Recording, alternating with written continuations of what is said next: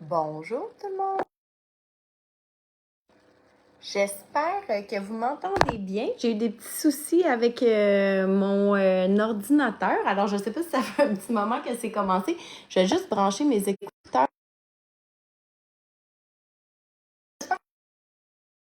Je suis désolée s'il y a des gens qui étaient déjà arrivés puis que vous me voyez essayer de taponner sur mon ordinateur, mais on dirait que je ne sais pas si ça fonctionne. OK, ben je vois qu'il y a des gens qui sont là. Génial. Alors, ça me fait plaisir d'être avec vous ce midi pour cet petit atelier là, des trucs pour vous donner le goût de courir ou de vous remettre à la course ou encore de courir à l'extérieur ce printemps. Donc, je sais que l'hiver, c'est une saison qui est plus difficile, un, pour la motivation, d'aller à l'extérieur. Hein. Des fois, Madame Météo nous sort de notre zone de confort, puis des fois, c'est difficile de mettre nos espadrilles et d'aller courir à l'extérieur. Mais je t'invite fortement à sortir ce printemps parce que c'est la parfaite saison pour te mettre à courir ou te remettre à courir. Pourquoi la parfaite saison? Parce que l'été, c'est là souvent qu'on veut bouger un peu plus, mais la première chose à faire quand on se met à courir, c'est être assidu. Et je sais que l'été, eh bien, on a l'appel du barbecue, l'appel de la piscine, des fois on a les vacances, les sports des enfants. Donc, c'est difficile l'été d'être assidu dans la pratique de notre course à pied. Donc, c'est pour ça que le printemps, c'est la parfaite saison pour s'y mettre parce que c'est là qu'on sort un petit peu plus de notre coquille, on est dans notre routine, il y a encore l'école, les vacances sont pas encore commencé, pardon. Donc, c'est un beau moment pour te laisser la chance de amener ton corps à être habitué à courir.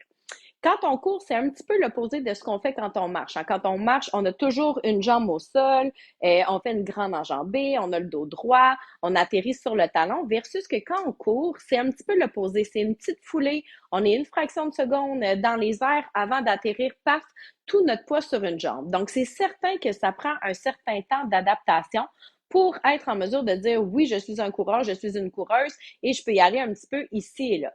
Donc, c'est pour ça que le printemps, c'est important de s'y mettre tôt pour arriver à l'été, fin juin, début juillet, où est-ce que là, on a quelquefois des vacances, on sort de la maison et ça permet à notre corps d'être habitué. Donc, c'est pas là qu'on va créer les mécanismes d'adaptation. Donc, je t'ai parlé de la première chose qui est ultra importante quand on se met à courir, c'est d'être assidu, du moins au départ. Ça prend au moins 8 semaines avant que ton corps soit habitué aux nombreux impacts. Quand je dis 8 semaines, ce sera pas après ta première sortie de course que tu vas avoir les petits bobos qui vont sortir.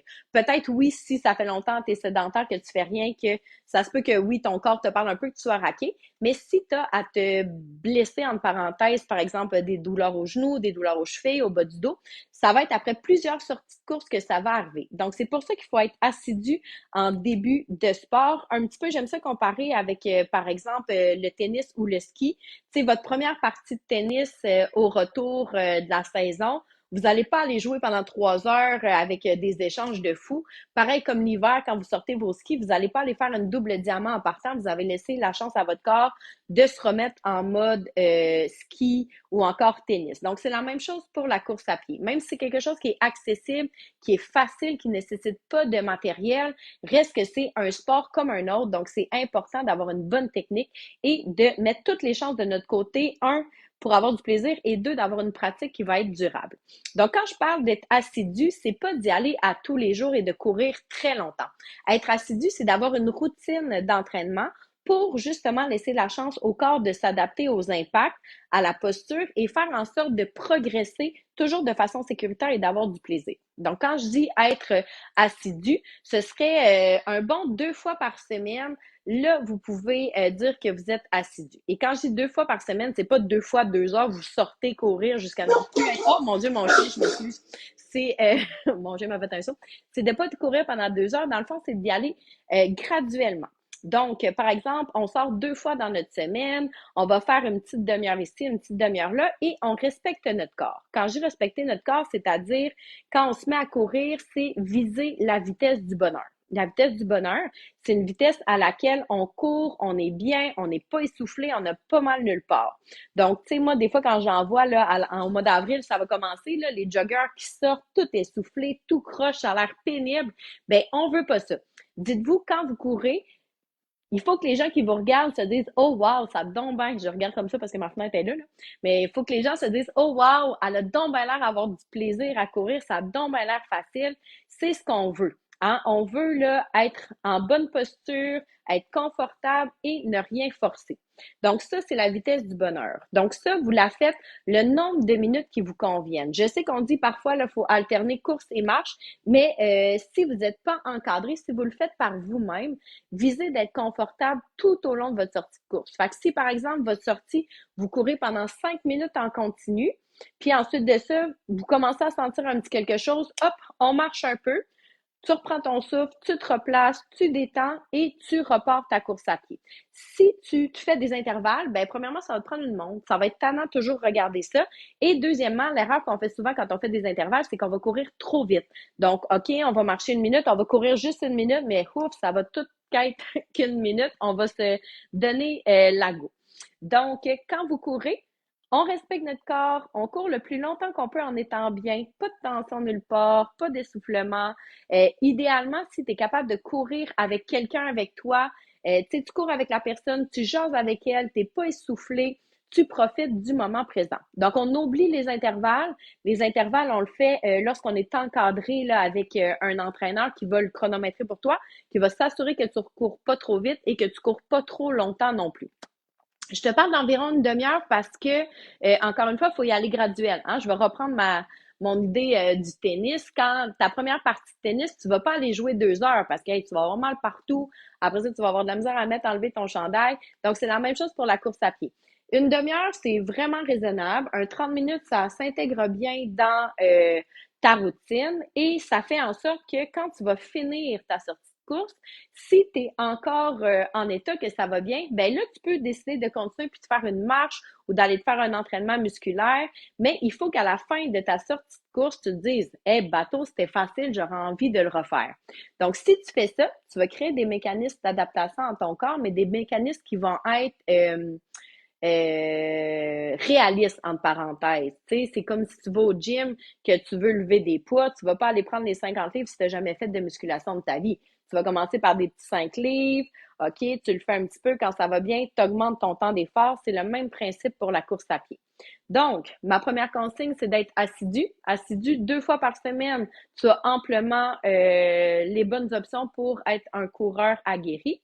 La deuxième chose, de ne pas courir trop vite. Hein? Donc, la vitesse du bonheur, c'est important de la tester, de la sentir et de dire qu'en bout de ligne, là, ton but absolu quand tu cours, là, c'est de courir longtemps en étant bien. Tu sais, à moins que tu aies un objectif de Jeux olympiques ou peu importe, mais l'objectif, tu n'es pas un sprinteur, tu es un coureur. Donc, les coureurs, c'est sur une longue haleine, courir longtemps. Mais si tu as la langue à terre, après tes 2 premières minutes, tu vas trouver ta sortie vraiment très longue. Donc, garde ça en tête, tu es un coureur, tu n'es pas un sprinteur. Donc, quand tu commences, tu y vas à la vitesse du bonheur et la grosse portion de ta sortie de course va être faite comme ça. On oublie les intervalles parce que souvent, tu vas te taponner ta montre, ça va être tannant. Donc, tu vises de courir le plus longtemps possible en étant bien. Et quand je dis le plus longtemps possible, c'est aucune tension, aucune douleur.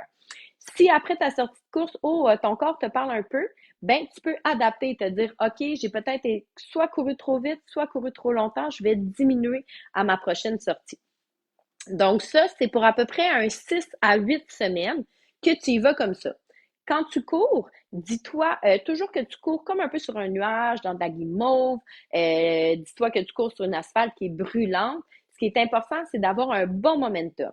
Comme je t'expliquais au tout début, quand tu cours, c'est l'inverse de ce que tu fais quand tu marches. Parfois, quand on se met à courir, on fait exactement le même mouvement que quand on marche, mais on va juste plus vite. Ce qui fait en sorte que ton talon va atterrir au sol, ton genou va se bloquer, ça va cogner fort.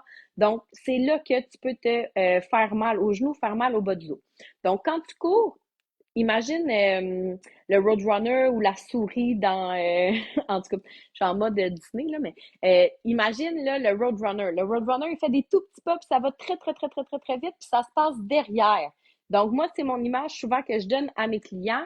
Imagine le Roadrunner, c'est ça que tu veux représenter. Donc, ta foulée ne va pas vers l'avant, ta foulée, elle n'est pas grande, ta foulée, elle est tout petite et elle se passe vers l'arrière.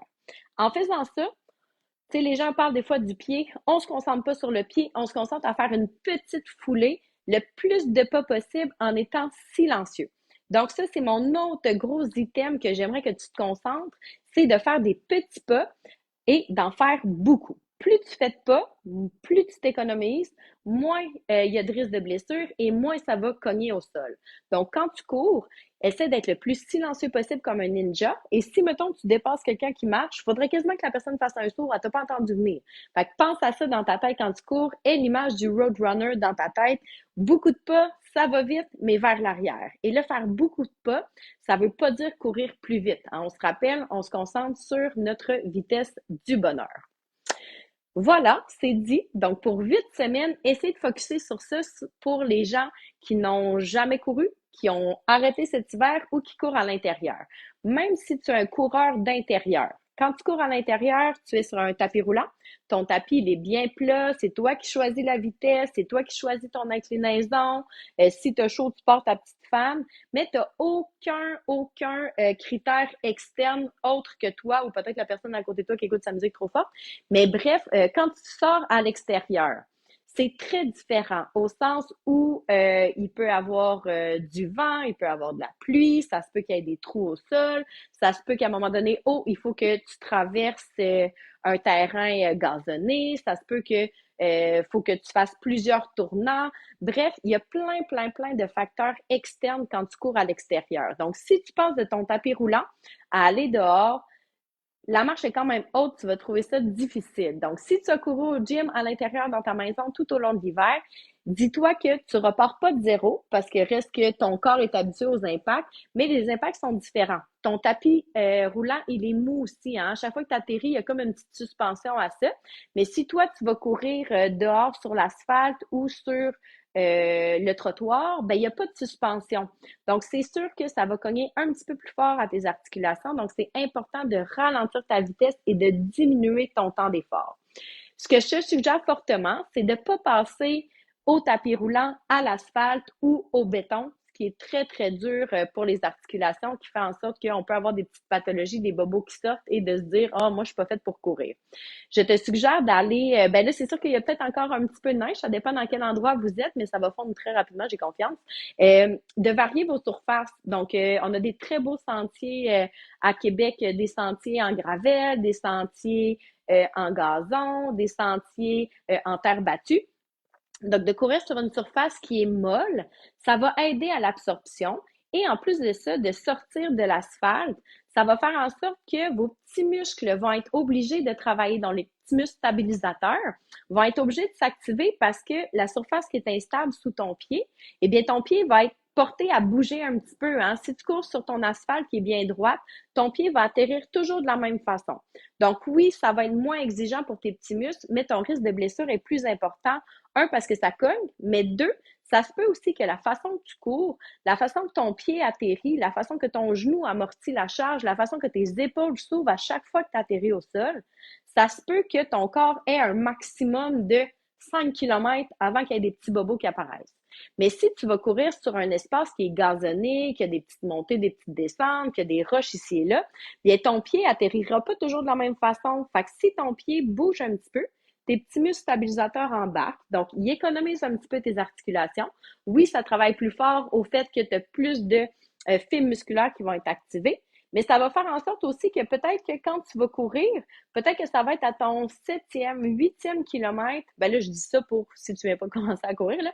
Mais ça se peut que ce soit après 10-15 minutes que la petite tension dans ton genou apparaisse versus que si tu courais sur l'asphalte, que ton pied atterrit toujours pareil, que ton corps hop, est ancré dans sa posture, ça se peut qu'après 5 minutes, cette petite tension-là apparaisse. Donc, de varier les surfaces, ça peut faire en sorte de éviter les blessures et de courir plus longtemps en étant bien. Oui, c'est plus exigeant au début physiquement, musculairement, parce que comme je vous dis, les genoux, il faut qu'ils amortissent, il faut engager un petit peu plus les abdos, ça se peut des fois qu'il y a des petites montées, des petites descentes, mais en bout de ligne, de s'habituer à courir sur une surface qui est plus molle, ça va faire en sorte là, que vous ayez une pratique de la course à pied qui va être un petit peu plus durable. Si vous aimez partir de chez vous et ça vous tente pas de prendre la voiture pour aller au parc, c'est bien correct. Moi, la première, je fais la même chose. Vous pouvez peut-être trouver là un espace près de chez vous. Ça peut être de traverser un terrain de soccer, un terrain de football synthétique ou tout simplement de changer votre parcours. Encore une fois, le corps est une belle machine qui s'adapte si vous lui demandez des adaptations.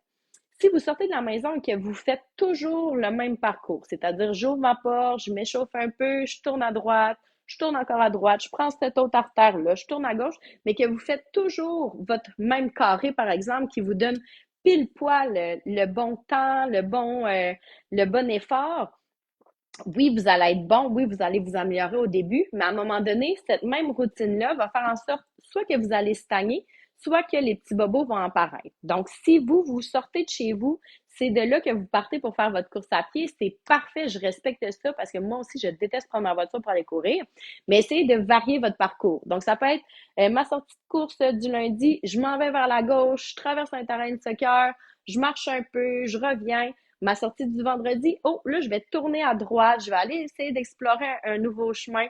Donc, de ne pas toujours faire votre même boucle. Ça va faire en sorte que vous allez forcer votre corps à s'adapter. Aussi niaiseux que de tourner à gauche, ben, ça va être votre jambe gauche qui va amortir plus. Aussi niaiseux qu'il y a peut-être un petit faux plat qu'au lieu de le descendre, là, vous allez le monter, qu'il va peut-être falloir justement que vous traversez un espace gazonné. Donc, de changer, le changement apporte des améliorations. En faisant ça, encore une fois, ben, ça va être plus le fun que de faire tout le temps la même affaire. Hein. Vous allez voir d'autres paysages. Et deux, vous allez forcer des mécanismes d'adaptation. Donc, ça, c'est un autre petit truc que je vous donne pour vous mettre à courir à l'extérieur.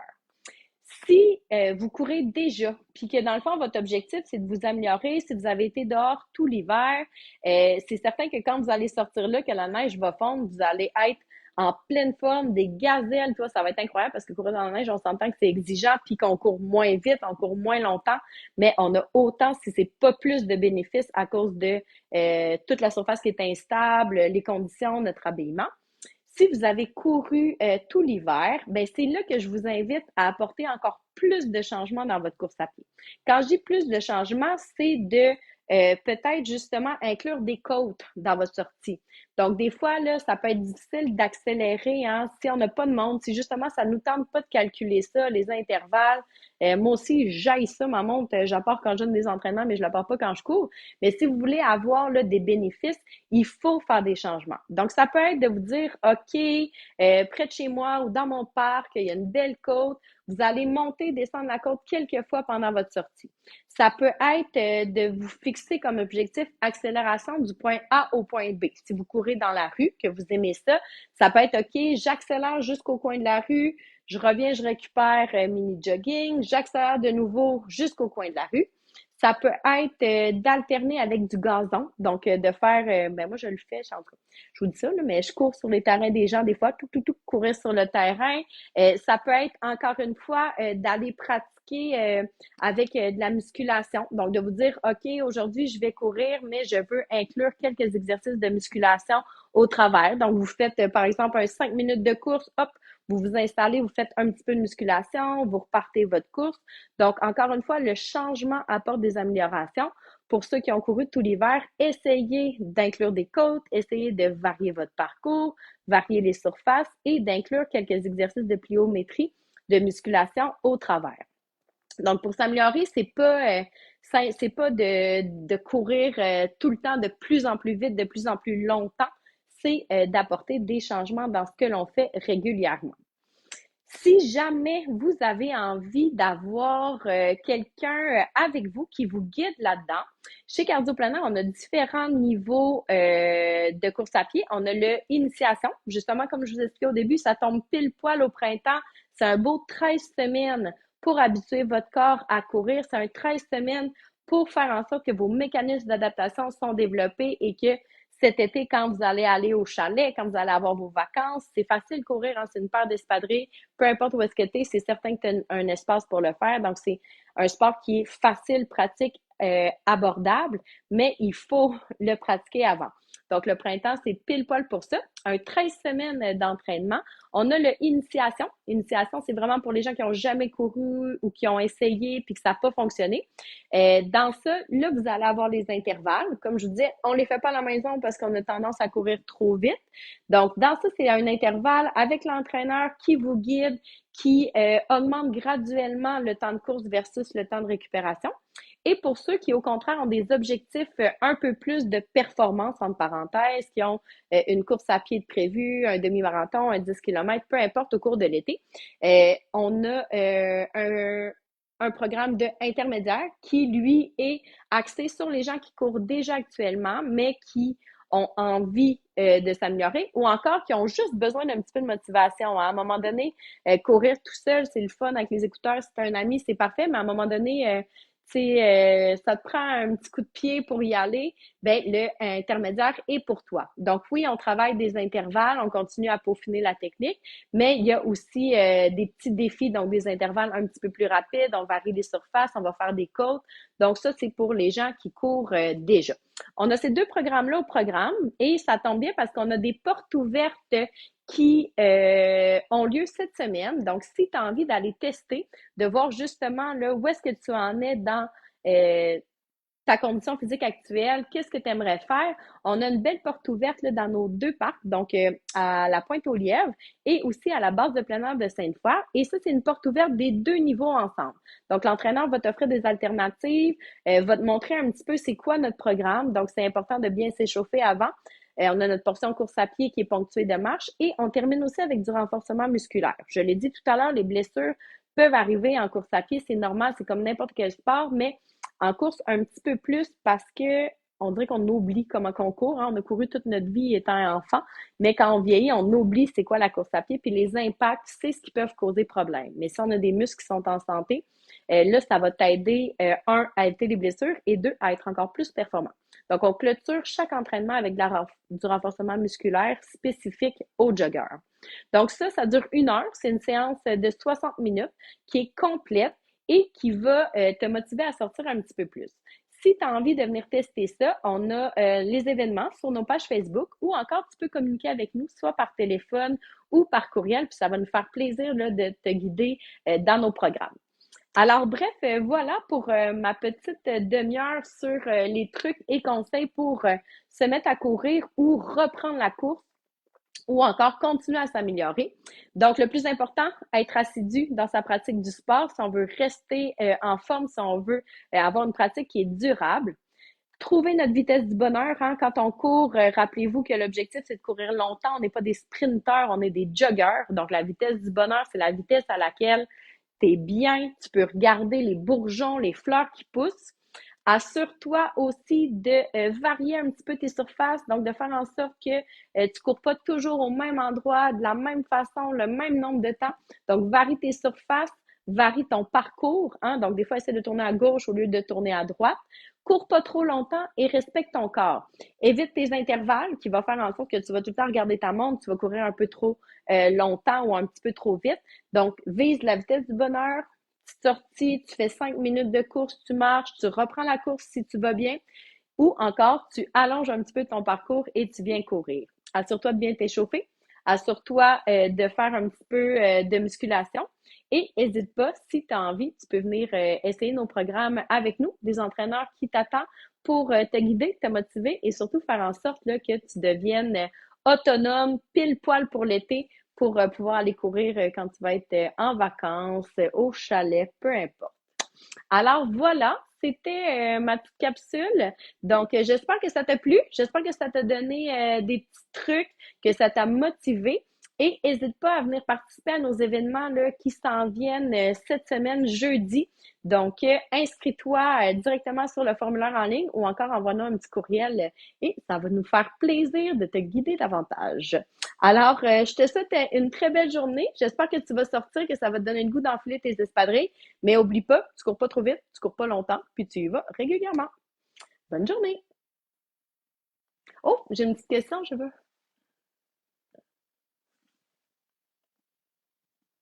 Oui, alors j'avais une petite question aussi que la personne a arrêté pendant 1 an. Malheureusement, le corps est une belle machine, mais c'est une belle machine un petit peu ingrate. Donc, quand on arrête là un petit peu plus qu'un mois, oui, il faut recommencer, mais c'est toujours en respectant ton corps. Donc, si tu recommences toujours par intervalle, une petite demi-heure, 2 fois par semaine, et que tu vois que tu reprends bien, ben tu pourras augmenter un petit peu plus rapidement. Mais après un an, moi, je te dirais, malheureusement, le corps est un peu ingrat et faudra vraiment que tu reprennes à la base, là.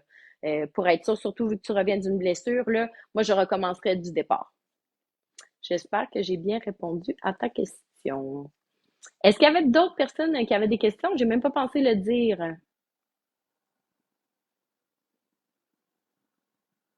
J'espère, Nelly, que j'ai répondu à ta question.